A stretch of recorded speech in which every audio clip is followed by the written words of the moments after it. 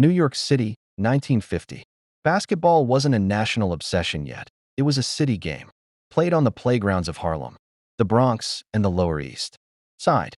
And no team represented that city better than City College of New York, a public school full of working-class kids who weren't supposed to make history. Their coach, Nat Holman, was a basketball pioneer, a teacher, not a celebrity. His players weren't rich or pampered. They were sons of immigrants and kids from the projects, Jewish, Black, Puerto Rican, united by one thing: they could all hoop. That year, CCNY did the impossible.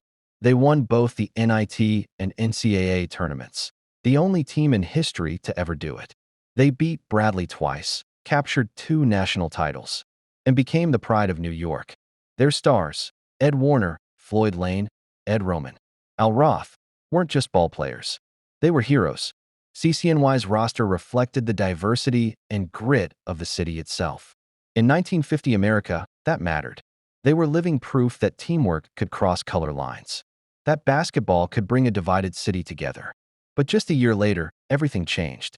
In 1951, New York police uncovered a massive point-shaving scandal. Gamblers bribing college players to manipulate the score, not to lose games, but to win by fewer points, shifting the betting lines. And when the story broke, the unthinkable happened. 7 CCNY players, including stars from that championship team, were arrested. The city that had celebrated them now watched as they were let out of Madison Square Garden in handcuffs. Headlines called it the fall of the people's team. It wasn't just CCNY. Other schools were caught too, but CCNY's fall hit hardest. They weren't a powerhouse. They were a symbol of hope. The players weren't villains. They were broke. When gamblers offered them a few $100s, it felt harmless until it wasn't. As Floyd Lane later said, "We made a mistake, a terrible mistake, and we paid for it for the rest of our lives." The punishment was severe. CCNY was banned from big-time basketball. Their program, once the pride of New York, faded into obscurity. Coach Holman's legacy was scarred.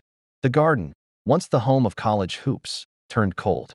And the dream that a small city school could conquer the nation was over. Yet even after the scandal, one truth remains. In 1950, CCNY achieved something no one else ever has. They were champions of both tournaments, a feat that will likely never be repeated. Their story became more than just a scandal. It became a cautionary tale about temptation, fame, and the fragile line between glory and disgrace. From the streetlights of Harlem to the bright lights of Madison Square Garden, CCNY rose higher than anyone imagined and fell harder than anyone deserved. The 1951 CCNY Beavers, the team that changed college basketball forever,